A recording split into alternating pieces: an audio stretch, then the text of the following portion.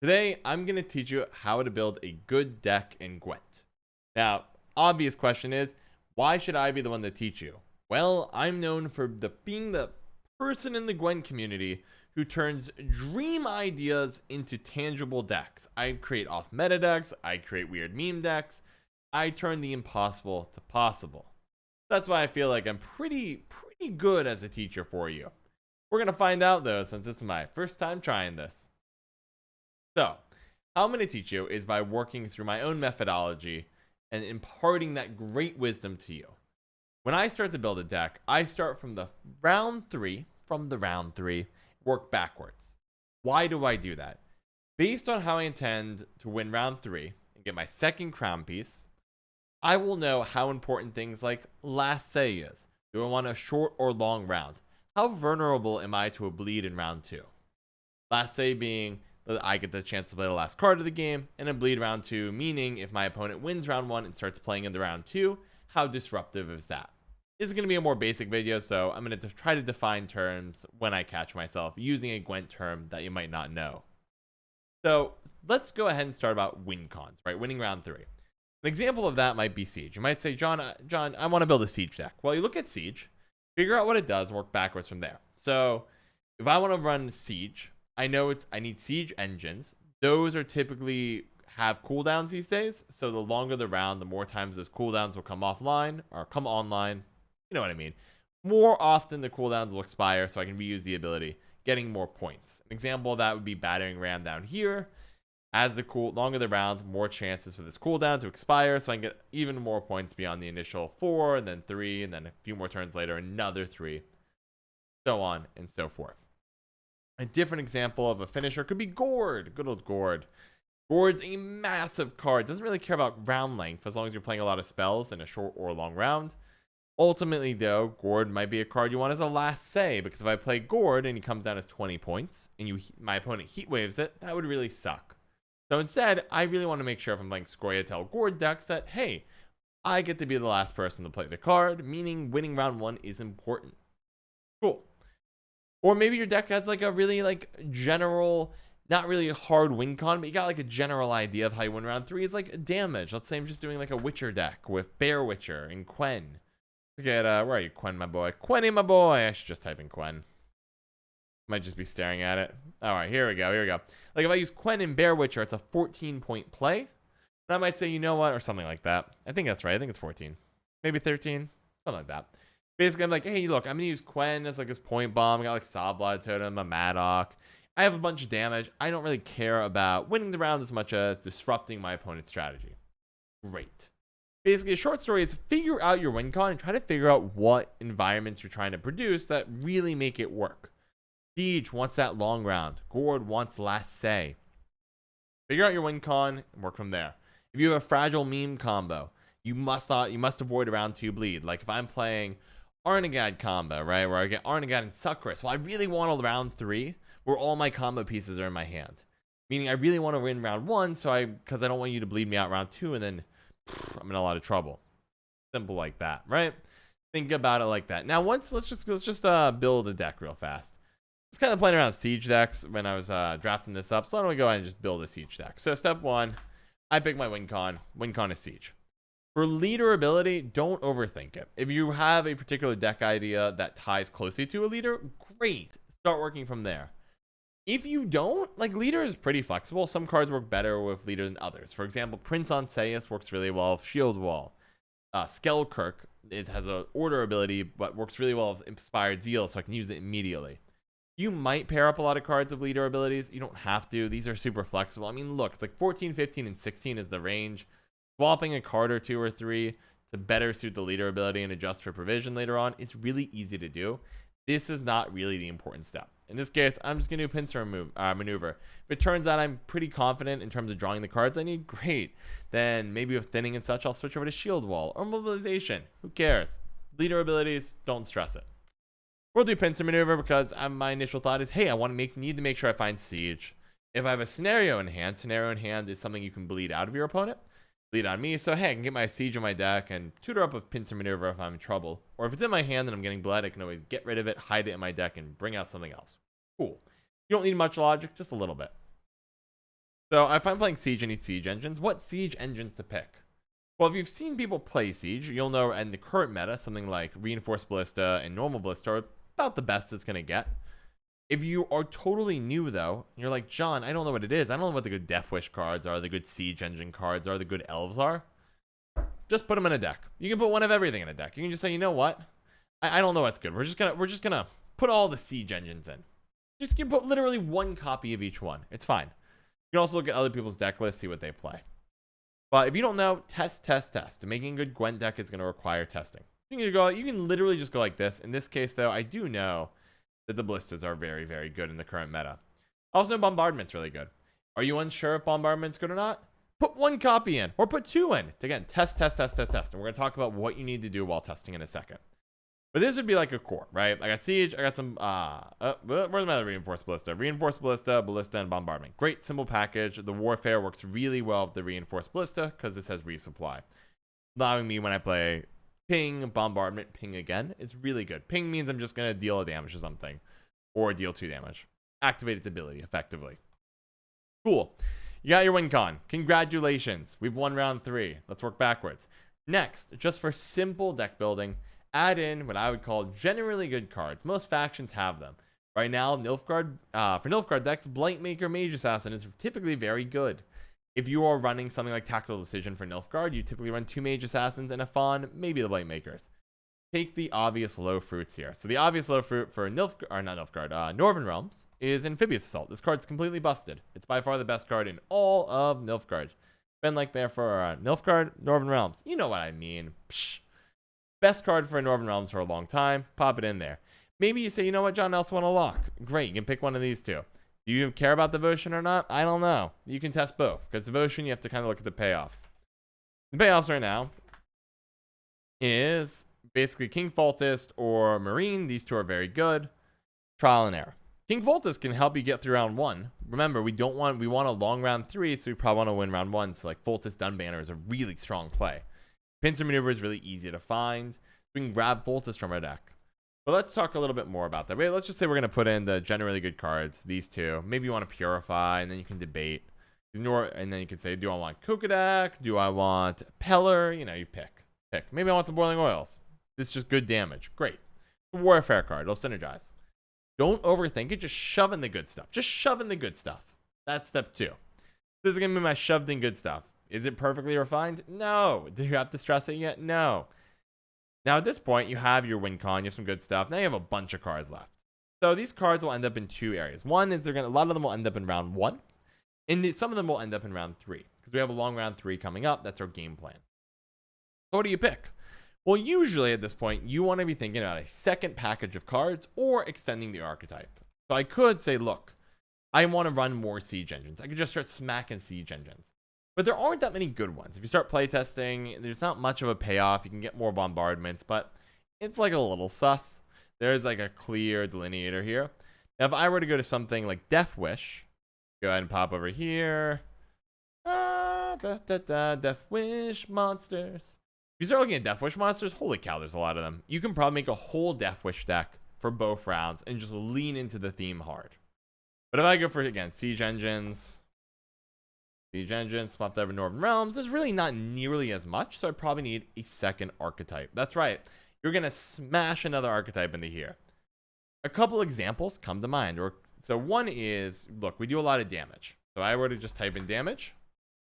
What are cards that do well with damage? Well, one type that works really well is like Reverence. So maybe I'll just type in Reverence. There we go. Reverence. Deal damage to an enemy unit, and if it kills a unit, it becomes another one. Sweet. So I have some, maybe I use one of the ballistas early on round 1, or I have just a bunch of Reverence in general that work really well Siege round 3 because I'm dealing a lot of damage and stuff. Ping them down. Sweet. Set of easy Forbidden Magics Reverence. That's option 1. What about, hey, I need to still win round 1 though. What about Patience Mages? Hey, check this out. It's really flexible. It's a really low cost package. These are pretty strong. They're new. They're engines that just come down. And in round 1, unlike round 3, we know it's typically a longer round. Typically, round 1, you can guarantee yourself about 5 cards played, unless your opponent passes early on. 5 is a magic number. One of these days, I'll explain why, but 5 cards played into round 1 is pretty common for a pass from red or blue coin. Sweet. So, hey, you got a lot of time there. You're guaranteed a longer round. Check this out. Also, of note, hey, John, you might be asking, couldn't you just use Siege in round 1 then? Sure. Pick a different win con. You can always use a Siege package in round 1 to win it. That happens right now a lot in the game with Feign Death. Elves really don't mind that long round. They can play Feign Death for a lot of points and then set up a really nasty round 3, typically going unitless. Points aside, metas will change. I'm trying to make this video a little bit more long-lasting, so bear with me here.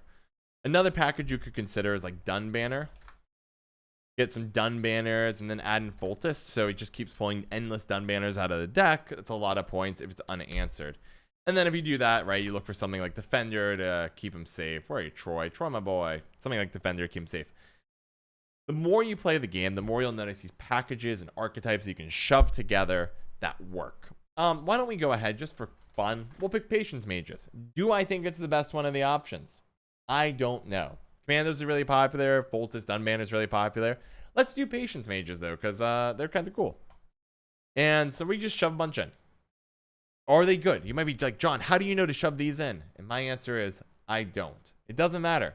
All you want to do is think about how I'm going to run round 1, a slightly longer round, and Patience seems to be pretty good, right? It ticks up every turn.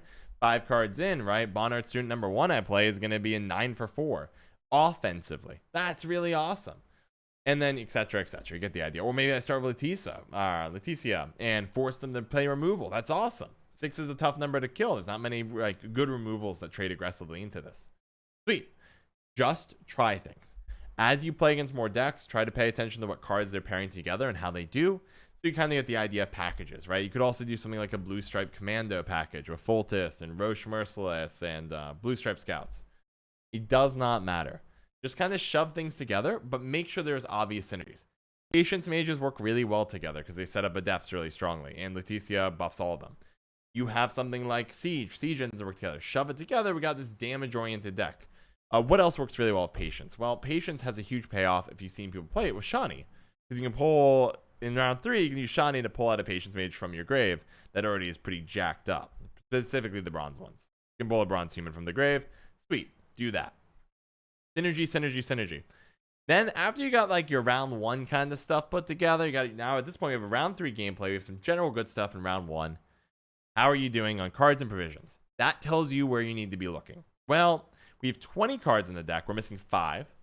And we have 44 provisions. That's a lot of provisions. Quick math says we're looking at higher end cards, right? 50, let's say we had 50 provisions, it would be 10 provisions per card. We were looking like top end. Just smack that filter, set it to some upper stuff, and why don't we go ahead and take a look? We haven't done anything with Devotion yet.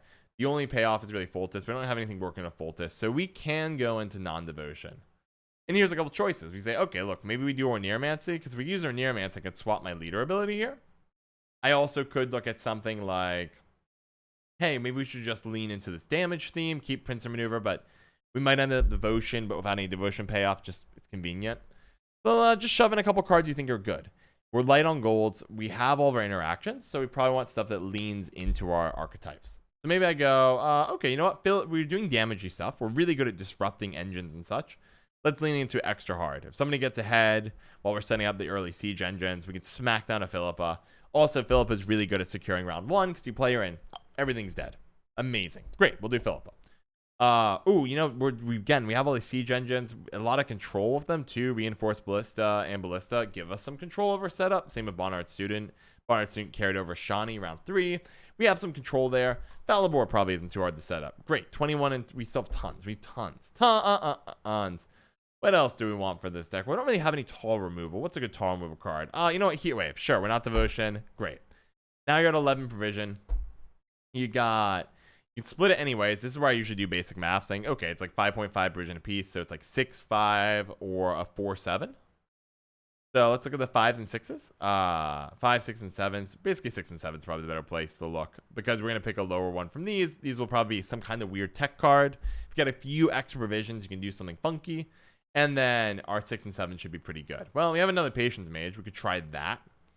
We could also go for something more classic, like an Honest Strega board. We don't really have any self-buffing, right? She wants to be inspired. We don't really have much going on. And you know what you guys pick in this situation? Something. I'm going to go for, we'll do Silly. Sure, she's a mage. We don't really have any mage payoffs in this list, but she deals damage. We have a lot of stuff that pays off of damage, like Falibor here. And we want to keep them on the back foot. Sure. That gives us a 5 as our last option. And you pick. Well, we still need to find all of our stuff. Maybe we do a maxi. We also could do a 1 tech random fallen or forbidden magic because we know we're going to have a lot of damage going around. Look for just a card that you think is going to be fine. If you're really stuck and you're not devotion, just pick up like an easy one. In this case, we'll pick a maxi. And voila, we have a deck. Now there is the stratagem. Pick whichever one you think is best. If you have a lot of engines and things that need protecting, Crystal Skull. If you don't need much protecting, pick Lamp. That's usually the two. As opposed to this, I'm going to pick Skull in this case. And that's it. That's how you build the deck. Let's break that down real fast. Because I know you just heard me rambling out loud a bit about what I'm shoving in there and trying. But what we did is round 3 game plan, generally good cards. Round 1 game plan, with remaining provision, flesh out the deck, covering up weak points, or trying to just find additional synergies that work with our packages. In this case, Philippa, Falibor, Heatwave. We went all in, silly, all in on the damage front. We're going to just kill everything you play and keep that going in round 1 and round 3. Notice that beautiful synergy. Round 1, we're setting up Patience Mages and killing everything with that, with like Bonnard students. Round 3, we're bringing back the Bonnard students. We have more damage. And a lot of our damage is flexible. Falibor round 1 or 3 is fine. Philippa round 1 or 3 is fine. We look pretty darn good here. That's it. Now, Johnny, this deck looks like crap, you might be saying. You might say, John, there's no way this deck could be good, especially if you're in the future and metas have passed. Well, don't you worry, because it doesn't matter, because we're going to find that out ourselves. What you need to do is queue up a game and play. Just do it on the ranked ladder. Who cares? Gwent has like the most generous ranked ladder system there is, where you really can't drop in a significant way. If you're playing for top 200 in the world, you probably don't need my advice on deck building. But if you're not, it doesn't really matter, because top 200 will qualify you for esports events and such, or at least get you crown points, whatever the system is. Doesn't matter. They'll probably change in the future. Who knows? Maybe we're on like the COVID 42 by now. God knows. Anyways, what matters, I don't know when you're watching this. What matters is that you're going to test this, and it's fine doing it on the ranked ladder. If you have mosaic pieces, the most you can go down is to 0. You can't drop down ranks. You have hard floors. Don't stress out about avoiding, like, trying to preserve your mosaic pieces. It's super generous what the system is. When you're ready to climb, you have a good deck, great, grind.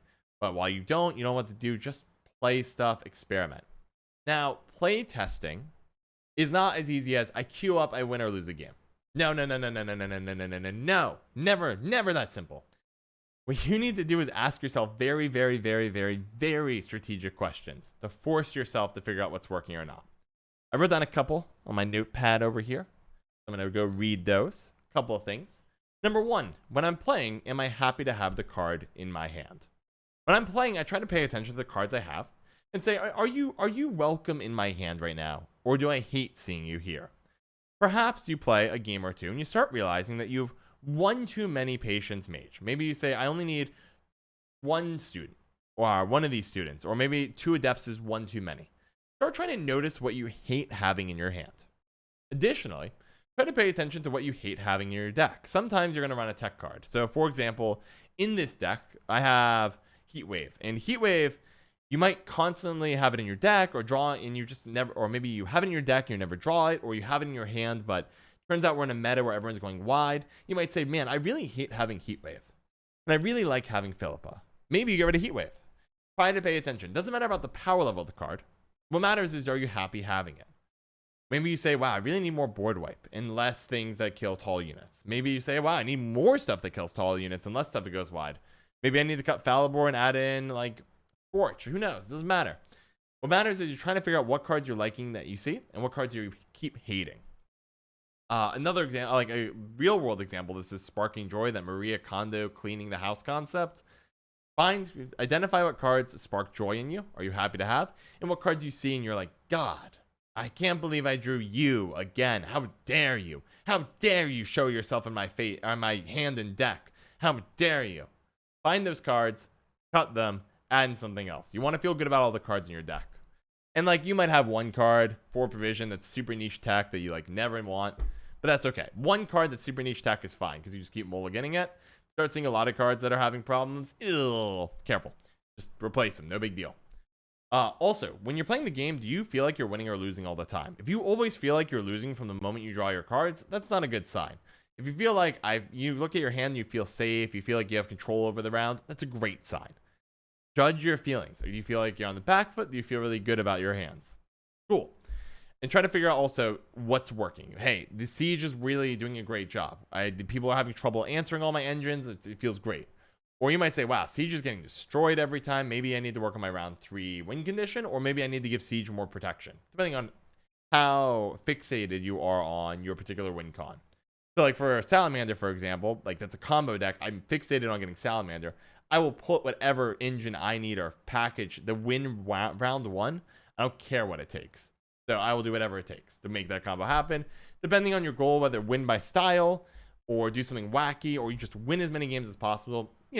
Be as attached to each of those goals as you want. For comboing meme decks, be very attached to that goal. Everything else supports that. If you just want to win, be more flexible with your round 3 strategy. Cool. A lot of cools there, right? At the end of each game, by the way, also ask yourself what went right, what went wrong, why did I win, or why did I lose?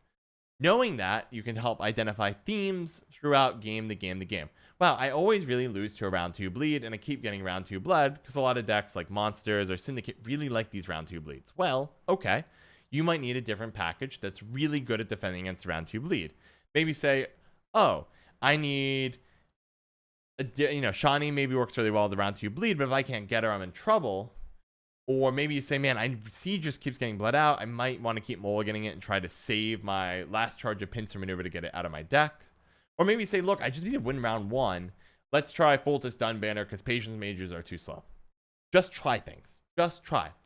If you're really worried about forgetting what cards you had in and out of the deck, just click the duplicate button. Look, you can go right back here. Go right back here. You click right here. Click duplicate. And then I can go in here and say, you know what? Philippa was trash. Heatwave was trash. I keep losing round 1. Let's try Foltest. We're Devotion now. Let's add in Dunbanner.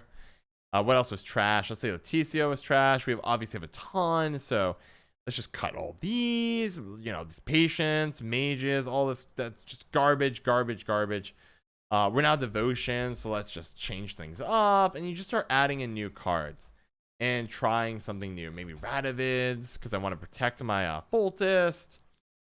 And then, you just mix it up. No big deal.